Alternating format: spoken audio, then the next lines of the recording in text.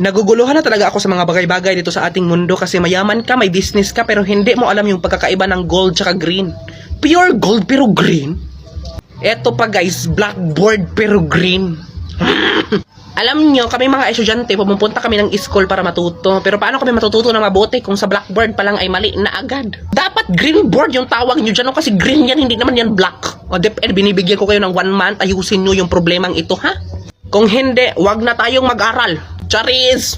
Fire truck pero yung laman tubig. Dapat yung tinawag nyo dyan, water truck. Fire truck pero walang apoy. Lemon square daw pero circle. Ginagago nyo ba kami, ha? Alam po namin yung mga shapes. Alam namin yung pagkakaiba ng circle tsaka square. Lemon square pero circle. Puta! O eto, mas malala. Pinaglaruan ka pero wala ka sa Play Store.